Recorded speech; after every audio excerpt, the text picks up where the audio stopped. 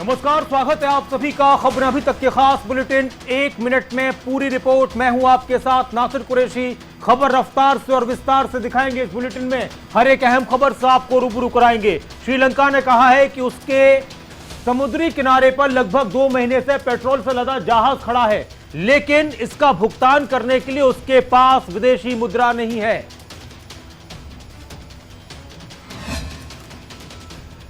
देश के इतिहास के सबसे बड़े आर्थिक संकट से जूझ रही श्रीलंका में हर बीतते दिन के साथ हालात बद से बदतर होते जा रहे हैं। जनता सड़कों पर हिंसक हो रही है तो दूसरी ओर सियासी घमासान चरम पर है। लेकिन इन सब के बीच द्वीपीय देश में आर्थिक संकट कम होने का नाम नहीं ले रहा। गंभीर आर्थिक संकट का सामना कर रहे श्रीलंका ने खुलासा किया कि उसके पास पेट्रोल खरीदने के लिए पैसे नहीं। इतना ही नहीं, श्रीलंका सरकार ने नागरिकों से ईंधन के लिए लाइनों में न लगने का भी आग्रह किया। द्वीप राष्ट्र की सरकार ने कहा कि उसके पास करीब 2 महीने से श्रीलंकाई समुद्री तट पर लंगर डाले पेट्रोल के जहाज का भुगतान करने के लिए विदेशी मुद्रा नहीं है। हालांकि देश को डीजल का पर्याप्त भंडार मिला है। बिजली और ऊर्जा मंत्री कंचना विजयसेखरा ने संसद में बताया कि 28 मार्च से श्रीलंकाई समुद्री क्षेत्र में पेट्रोल से लदा एक जहाज लंगर डाले हैं। उन्होंने इस बात की पुष्टि की कि देश में पेट्रोल की उपलब्धता की समस्या है। जून 2022 के लिए श्रीलंका को ईंधन आयात के लिए $53 करोड़ की आवश्यकता है। किसी देश के इस कदर खराब हालात हो जाएं, उस देश की जनता पर क्या बीतती है समझ नहीं सकती। लेकिन श्रीलंका का ये कहना कि उनके पास पैसे नहीं, उनके समुद्र के किनारे पर जहाज खड़ा हुआ है, तेल से लदा हुआ जहाज खड़ा हुआ, लेकिन उसका भुगतान करने के लिए पैसे नहीं है, हम अंदाजा लगा सकते हैं।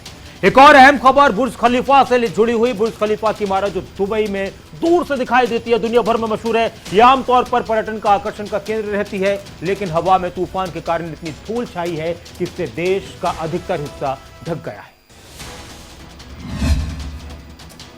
दुनिया की सबसे ऊंची इमारत बुर्ज खलीफा रेत के तूफान में छिप गई। मध्य पूर्वी देश यूनाइटेड अरब अमीरात में भीषण रेतीला तूफान आया, जिसकी वजह से मौसम विभाग और ट्रैफिक विभाग को कई चेतावनियां भी जारी करनी पड़ी। 828 मीटर ऊंची बुर्ज खलीफा की इमारत जो दुबई में दूर से साफ दिखाई देती है, आमतौर पर पर्यटन के आकर्षण का केंद्र है, लेकिन हवा के तूफान की वजह से इतनी धूल छाई कि इससे देश का अधिकतर हिस्सा ढक गया। यूएई में अब ये रेतीला तूफान पहुंचा है। इससे पहले ये इराक, कुवैत और सऊदी अरब, ईरान, दूसरे देशों में भी पिछले दिनों इसी तरह का भीषण रेतीला तूफान उठा, जिसकी वजह से एयरपोर्ट, स्कूल बंद करने पड़े। हजारों लोगों को सांसों की दिक्कत हुई। यूएई की राजधानी अबू धाबी में हवा की गुणवत्ता एक ही रात में खतरनाक स्तर के ऊपर पहुंच चुकी है। पिछले कुछ समय में मध्य पूर्व में रेत के तूफान और अधिक आ रहे हैं और भीषण हो रहे हैं। विशेषज्ञों का कहना है, अगर क्षेत्रीय मौसम पर क्लाइमेट चेंज की मार पड़ती है तो ये समस्या और गंभीर होगी। अमीराती अधिकारियों ने नागरिकों से सतर्क रहने को कहा है। आयनों से मिट्टी कब बटेगी पता नहीं, लेकिन अगली खबर की तरफ बढ़ते हैं। खबर रफ्तार से विस्तार से। भारत के लिए एक राहत भरी खबर। भारत के लिए राहत भरी खबर यह सामने आई है कि इंडोनेशिया ने पाम ऑयल एक्सपोर्ट पर जो बैन था उसको वापस लेने का ऐलान कर दिया है। पाम ऑयल की कमी के बीच भारत के लिए राहत की खबर सामने आई है। अब जल्द ही महंगे खाने के तेल के दामों में कमी आ सकती है। दरअसल इंडोनेशिया ने पाम ऑयल के एक्सपोर्ट पर बैन लगाने के अपने फैसले को वापस लेने का ऐलान किया है। 23 मई से पाम ऑयल के एक्सपोर्ट पर लगाए बैन को हटा लिया जाएगा। इंडोनेशिया के राष्ट्रपति जोको विडोडो ने इस बात की घोषणा की है। इंडोनेशिया ने यह फैसला पाम ऑयल सेक्टर में काम करने वाले 17 मिलियन यानी 1 करोड़ 70 लाख लोगों के हितों को ध्यान में रखते हुए ये फैसला लिया है। हालांकि इंडोनेशिया ने बैन के चलते पाम ऑयल के दाम 14,000 रुपए प्रति लीटर का टारगेट तय किया था। हालांकि कीमत यहां तक नहीं पहुंची है, बावजूद इसके बैन वापस लिया जा रहा है। दरअसल 28 अप्रैल को इंडोनेशिया ने पाम ऑयल के निर्यात पर प्रतिबंध लगाने का फैसला किया था, जिसके चलते पाम ऑयल के दामों में तेजी से उछाल देखने को मिला था। इंडोनेशिया पाम ऑयल के सबसे बड़े उत्पादक देशों में से एक है, तो भारत दुनिया के सबसे बड़े खाद्य तेल, खास तौर पर पाम ऑयल और सोया तेल के सबसे बड़े आयातक देशों में शामिल है। इंडोनेशिया के इस फैसले से भारत को सबसे ज्यादा राहत मिलेगी। खबर रफ्तार से विस्तार से। 1 मिनट में पूरी रिपोर्ट में अगली खबर है मुंबई स्टॉक एक्सचेंज से जुड़ी हुई। मुंबई स्टॉक एक्सचेंज का सूचकांक सेंसेक्स 1416 अंकों की गिरावट के साथ 52,792 अंकों पर बंद हुआ, तो वहीं निफ्टी 431 अंकों की गिरावट के साथ 15,809 अंकों पर बंद हुआ। भारतीय शेयर बाजार में गिरावट थमने का नाम नहीं ले रही। ग्लोबल संकेतों के चलते भारतीय शेयर बाजार में निवेशकों द्वारा की गई मुनाफा वसूली के चलते शेयर बाजार औंधे मुंह गिरकर बंद हुआ। गुरुवार के ट्रेडिंग सत्र में देसी विदेशी दोनों ही निवेशकों की तरफ से भारी बिकवाली देखी गई। सेंसेक्स 53,000 अंकों के नीचे तो निफ्टी 16,000 के नीचे गिरकर बंद हुआ। गुरुवार को कारोबार खत्म होने पर मुंबई स्टॉक एक्सचेंज का सूचकांक सेंसेक्स 1,416 अंकों की गिरावट के साथ 53,000 अंकों के नीचे 52,792 अंकों पर बंद हुआ। तो वहीं नेशनल स्टॉक एक्सचेंज का निफ्टी 431 अंकों की गिरावट के साथ 15,809 अंकों पर क्लोज हुआ। शेयर बाजार को गिराने में सभी सेक्टरों का हाथ रहा।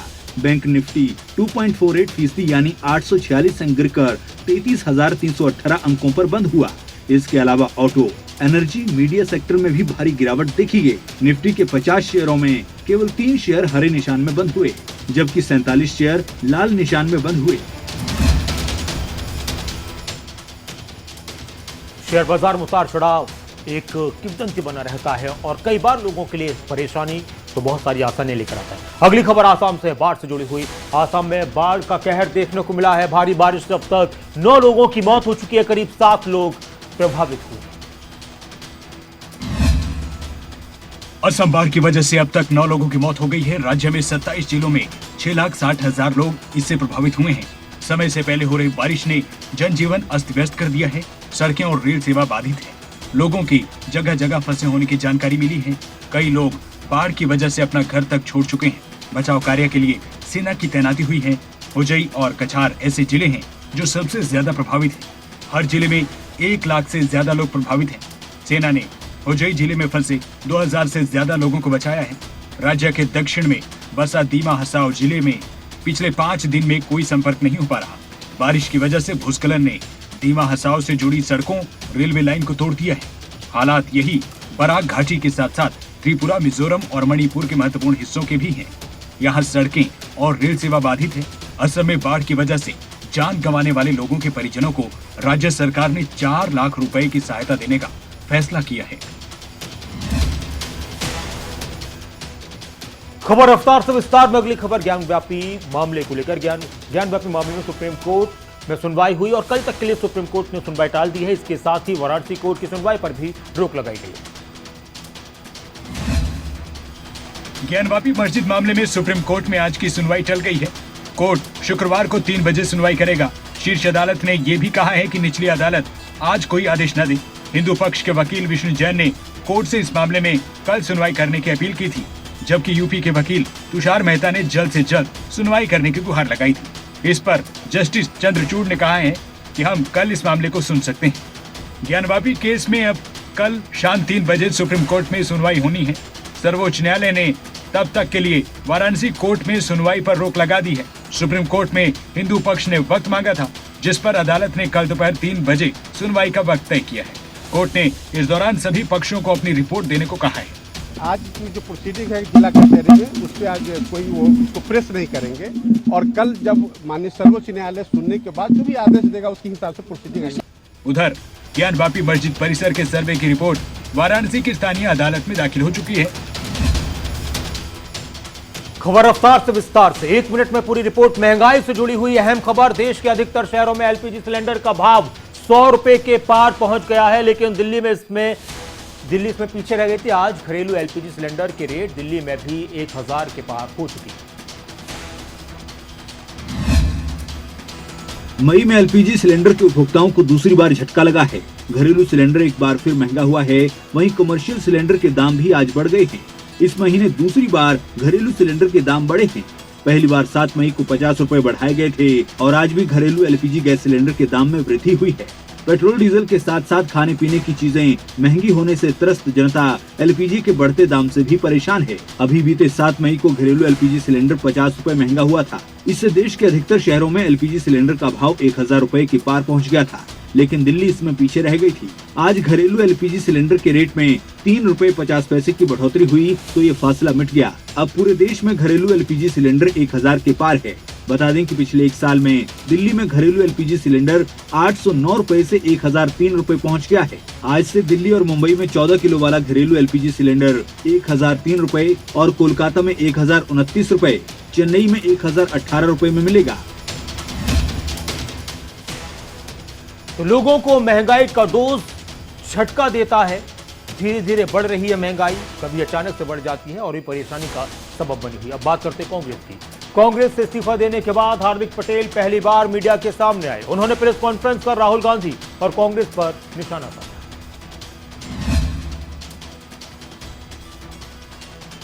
गुजरात के पाटीदार नेता हार्दिक पटेल ने कांग्रेस पर बड़ा आरोप लगाया है। उन्होंने कहा कि मैंने बुधवार को बड़े गर्व के साथ इस्तीफा दे दिया। हार्दिक पटेल ने कहा कि कांग्रेस को खुद पर चिंतन करने की जरूरत है। उन्होंने कहा कि कांग्रेस केवल पाटीदारों का इस्तेमाल करती है। नरेश पटेल के साथ कांग्रेस के नेताओं की सिर्फ 10 मिनट मुलाकात हुई, उसमें क्या चर्चा हुई होगी। उन्होंने कहा कि कांग्रेस गुजरात में जातिवाद राजनीति करती है।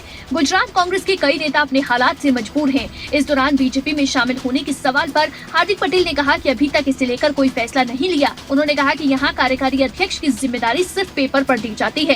हार्दिक पटेल ने कहा कि मैं 2 साल तक गुजरात कांग्रेस का कार्यकारी अध्यक्ष रहा, लेकिन मुझे कोई जिम्मेदारी नहीं दी गई। हार्दिक पटेल ने कहा कि राहुल गांधी जब भी गुजरात आते हैं वो राज्य के एक भी मुद्दे पर बात नहीं करते। राहुल गांधी जब यहाँ आते हैं तब कांग्रेस के नेता ये चर्चा करते हैं कि कौन सा चिकन सैंडविच देना है या कौन सी डाइट कोक देनी है, बस इसकी चर्चा होती है। उन्होंने कहा कि कांग्रेस में जातिवाद राजनीति के अलावा कुछ नहीं होता। तो पार्टी के बड़े नेताओं के आने पर स्टेट में, प्रदेश में पार्टी के जो दूसरे नेता हैं वो इस बात पर ज्यादा ध्यान देते हैं। हार्दिक पटेल का आरोप था कि कौन सा सैंडविच अच्छा है, क्या मंगाया जाए। खबरों में आगे बढ़ते हैं। पंजाब के सीनियर नेता सुनील जाखड़ जेपी नड्डा की मौजूदगी में बीजेपी में शामिल हुए। इस मौके पर सुनील जाखड़ ने बताया कि उन्हें कांग्रेस क्यों छोड़नी पड़ी और क्या कुछ उन्होंने कहा, ये रिपोर्ट थी। कांग्रेस से इस्तीफा देने के बाद पंजाब के सीनियर नेता सुनील जाखड़ बीजेपी में शामिल हो चुके हैं। बीजेपी के राष्ट्रीय अध्यक्ष जेपी नड्डा ने सुनील जाखड़ को पार्टी की सदस्यता दिलाई। इस दौरान नड्डा ने कहा कि जाखड़ जी का बीजेपी में स्वागत है। उन्होंने कहा कि राष्ट्रवादी ताकतों का पंजाब में मजबूत होना आज की आवश्यकता है। सुनील जाखड़ ने कहा कि आज परिवार से नाता तोड़कर मैं यहाँ इसलिए आया हूँ क्योंकि सुनील को इसलिए कटघरे में खड़ा किया गया कि उसने जाति धर्म के नाम पर पंजाब को तोड़ने वालों का विरोध किया। मुझे लगता है पंजाब एक सूबा है जिसने देश के लिए अहम योगदान दिया। हर मामले में पंजाब ने अपना नाम कमाया है। सुनील जाखड़ ने कहा कि एक व्यक्ति के बोलने से संबंध नहीं तोड़ सकते। हमने रिश्तों को निभाया, लेकिन जब हम अपने सिद्धांत से हट जाएं तो नए तरीके से सोचना जरूरी है। मैंने इसलिए ये फैसला लिया है। बीजेपी में शामिल होने को लेकर जाखड़ ने कहा कि सुनील जाखड़ की आवाज को आप दबा नहीं सकते। जाखड़ ने कहा कि मेरा सपना है कि पंजाब को एक स्पेशल स्टेट का स्टेटस दिया जाए। मेरा मानना है कि व्यवहारिक तौर पर पीएम मोदी ने पंजाब को ये ओहदा दिया है। गुरु साहब का प्रकाश पर्व प्रधानमंत्री ने जिस तरह से मनाया, इससे ये साबित हो गया।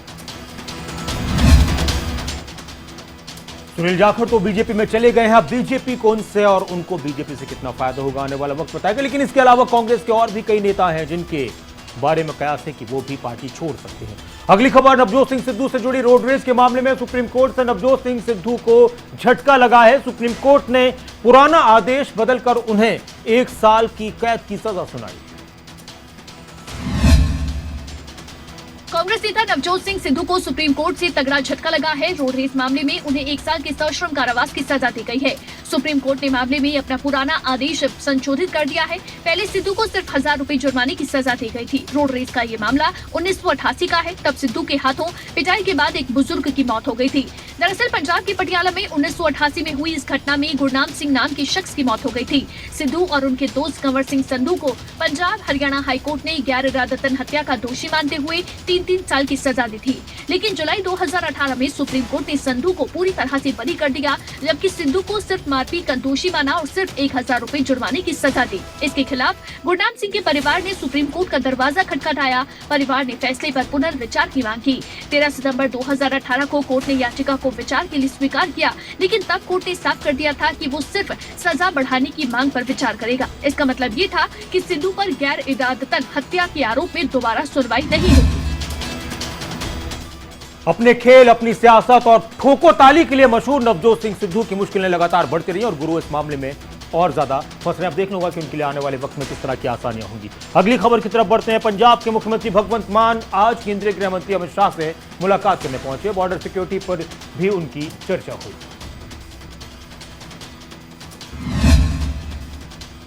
पंजाब के सीएम भगवंत मान दिल्ली दौरे पर हैं। केंद्रीय गृह मंत्री अमित शाह से मुलाकात की। सीएम बनने के बाद मान की शाह से ये पहली मुलाकात रही है। इस दौरान सबसे अहम मुद्दा बॉर्डर सिक्योरिटी का रहा। पंजाब का करीब 600 किलोमीटर हिस्सा पाकिस्तान बॉर्डर से सटा हुआ है, जहां से ड्रोन के जरिए ड्रग्स और हथियार पंजाब भेजे जा रहे हैं। इसे रोकने के लिए केंद्र और राज्य के बीच तालमेल को बढ़ाने पर जोर दिया। इसके अलावा बासमती पर न्यूनतम समर्थन मूल्य के बारे में भी चर्चा की गई। पंजाब के मुख्यमंत्री ने बुधवार को मोहाली में आंदोलन कर रहे किसान नेताओं से मुलाकात की थी। मीटिंग के बाद राज्य के ग्रामीण विकास एवं पंचायत मंत्री कुलदीप धालीवाल घटना स्थल पर पहुंचे। उन्होंने बताया कि पंजाब में बासमती पर एमएसपी के लिए गृह मंत्री अमित शाह से चर्चा करेंगे। इसके अलावा किसान गेहूं की कम झाड़ के लिए 500 रुपए प्रति एकड़ बोनस मांग रहे हैं। इस पर भी मान ने शाह से चर्चा की। पंजाब में लॉ एंड ऑर्डर को मेंटेन रखने के लिए सरकार ने अर्धसैनिक बलों की 10 कंपनियां मांगी हैं। डीजीपी वीके भावरा ने इस संबंध में केंद्रीय गृह मंत्रालय को लेटर भी लिखा है। खबर रफ्तार से विस्तार से, 1 मिनट में पूरी रिपोर्ट। अगली खबर हरियाणा के मुख्यमंत्री मनोहर लाल से जुड़ी। मुख्यमंत्री मनोहर लाल ने गुरुग्राम के दौरे पर मारुति सुजुकी कंपनी के एक कार्यक्रम में शिरकत की और इस दौरान हरियाणा सरकार और ऑटोमोबाइल कंपनी मारुति सुजुकी के बीच एक एग्रीमेंट साइन हुआ है। देश की दिग्गज ऑटोमोबाइल कंपनी मारुति सुजुकी के हरियाणा में 40 साल पूरे हो गए। इस मौके पर गुरुग्राम में एक कार्यक्रम का आयोजन किया गया। इस दौरान कंपनी ने 4 दशक के हरियाणा के साथ संबंध को सेलिब्रेट किया। कार्यक्रम में मुख्यमंत्री मनोहर लाल ने शिरकत की, साथ ही डिप्टी सीएम दुष्यंत चौटाला भी मौजूद रहे। आपको बता दें कि Maruti Suzuki company India limited Haryana में 18,000 करोड़ रुपए का निवेश करने जा रही है। हरियाणा के खरगोदा में मारुति सुजुकी का तीसरा प्लांट बनेगा, जिससे करीब 13,000 लोगों को रोजगार मिलेगा, जिसे लेकर हरियाणा सरकार और मारुति सुजुकी के बीच एग्रीमेंट हुआ है। वहीं इसके बाद मुख्यमंत्री मनोहर लाल ने कार्यक्रम को संबोधित करते हुए मारुति सुजुकी का धन्यवाद भी किया। आज लगभग 2400 करोड़ रुपया ये हरियाणा सरकार को HSIDC के माध्यम से ये दिया है और मैं समझता हूँ हरियाणा के इतिहास में ये सबसे बड़ा ट्रांजैक्शन इस प्रकार का ये हुआ है।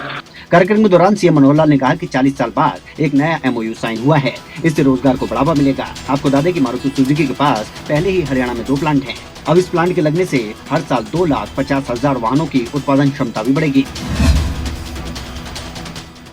खबर रफ्तार से और विस्तार से, 1 मिनट में पूरी रिपोर्ट। अगली खबर बिजली मंत्री और जेल मंत्री से जुड़ी। हरियाणा के बिजली एवं जेल मंत्री रणजीत सिंह ने चंडीगढ़ में प्रेस वार्ता की। रणजीत सिंह ने इस दौरान कई अहम मुद्दों पर बात की।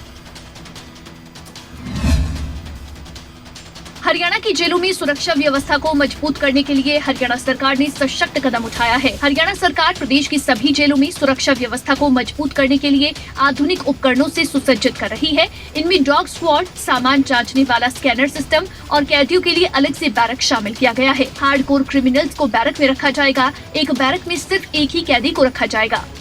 जेल से हमारे कैदियों का जिनका कंडक्ट बहुत बढ़िया है, ऐसे लोगों को बाहर लाया करेंगे, बदल के लाया करेंगे, वो काम करेंगे, फिर वापस चले जाएंगे। एक और जहां कैदियों के लिए सुरक्षा के कड़े बंदोबस्त किए जा रहे हैं, उधर साल 2022 में हरियाणा सरकार ने कैदियों के खाने पीने के लिए बेहतर बंदोबस्त किए हैं। 68,000 क्विंटल गेहूं जेलों के लिए खरीदा गया है। क्विंटल गेहूँ खरीदा है, मतलब इकट्ठा सब खरीदते हैं तो हमें सस्ता मटेरियल मिलता है। इससे जेलों में खुराक का जो स्टैंडर्ड है वो बढ़ गया, लोगों को बहुत बढ़िया खाना मिला। मैंने 5-6 जेलें चेक करी। एक और अहम खबर, 1 मिनट में पूरी रिपोर्ट। करनाल में बसाड़ा टोल प्लाजा से पकड़े गए 4 आतंकियों में से 2 को कोर्ट में पेश किया गया। दोनों आरोपियों को कोर्ट के आदेश पर 27 मई तक के लिए न्यायिक हिरासत में भेज दिया गया है। अब 2 आतंकियों का पुलिस रिमांड खत्म हो गया था। एक बार फिर से उन्हें करनाल कोर्ट में पेश किया गया, जहां से दोनों आतंकी गुरप्रीत और अमनदीप को अब न्यायिक हिरासत में 27 मई तक भेज दिया गया है। दरअसल पहले इनका पुलिस 10 दिन का रिमांड हासिल करती है और उसके बाद 3 दिन का पुलिस रिमांड हासिल करती है और उसके बाद इन आतंकियों को करनाल पुलिस तेलंगाना लेकर गई थी, क्योंकि विस्फोटक सामग्री जो इनके पास से मिली थी उसकी डिलीवरी इन्होंने तेलंगाना के आदिलाबाद में देनी थी। लेकिन उससे पहले ही ये 4 आतंकी गिरफ्तार हो जाते हैं और इनके पास से पिस्टल बरामद होती है, जिंदा कारतूस बरामद होते हैं, साथ ही साथ आईडीज बरामद होती हैं और उसके बाद इन आतंकियों से लगातार पूछताछ शुरू होती है। फिलहाल 4 आतंकी गुरप्रीत, अमनदीप, परमिंदर और भूपिंदर 27 मई तक न्यायिक हिरासत में भेज दिए गए हैं। बहुत से अहम खुलासे इन आतंकियों के जरिए हुए। अगली खबर की तरफ बढ़ते हैं। खेलो इंडिया यूथ गेम्स 2021 के तहत खेलो इंडिया मशाल रथ यात्रा रेवाड़ी पहुंची, जहां यात्रा जिले में जगह जगह पर भव्य स्वागत यात्रा का हो। रेवाड़ी में खेलो इंडिया यूथ गेम्स 2021 के मद्देनजर खेलो इंडिया मशाल रथ यात्रा पहुंची। इस दौरान जिले में नारनौल रोडकुंड बॉर्डर पर जिला प्रशासन की ओर से स्वागत किया गया। मशाल रथ यात्रा का जिले के गांव और शहर में जगह जगह भव्य स्वागत किया गया। रेवाड़ी शहर के अग्रसेन चौक पहुंचने पर मशाल रथ यात्रा का भव्य स्वागत किया गया। यहाँ जिला खेल अधिकारी डीएसओ मदन पाल, डीएसपी हंसराज मौजूद रहे। तो वहीं इसके बाद लघु सचिवालय रेवाड़ी परिसर में पहुंचने पर रथ यात्रा का डीसी अशोक कुमार गर्ग, एसपी राजेश कुमार के साथ साथ जिले के अधिकारियों ने भी स्वागत किया। इसका यहाँ धूमधाम से स्वागत किया गया और सभी जिला वासियों की तरफ से आज बहुत बड़ा समागम जो है राव तुलाराम स्टेडियम में किया जा रहा है। अब ये खेलो इंडिया मशाल रथ यात्रा का शाम को शहर की राव तुलाराम स्टेडियम परिसर में आयोजित खेलो इंडिया राहगिरी स्थल पर पहुंचेगा, जहां राहगिरी में सांस्कृतिक और खेल गतिविधियों का आयोजन होगा। राहगिरी में हरियाणा सरकार के सहकारिता मंत्री डॉक्टर बनवारी लाल सहित अन्य गणमान्य व्यक्ति और अंतर्राष्ट्रीय खिलाड़ी सहित जिला वासी भागीदार बनेंगे। खेलों को बढ़ावा दिया जाए और खिलाड़ियों का हौसला बढ़ाया जाए, ये बहुत जरूरी है। खैर, फिलहाल इस खास बुलेटिन में इतना ही, लेकिन खबरें अभी तक पर, खबरों का सिलसिला लगातार जारी है। आप बने रहें खबरें अभी तक के साथ। अपना ख्याल रखें।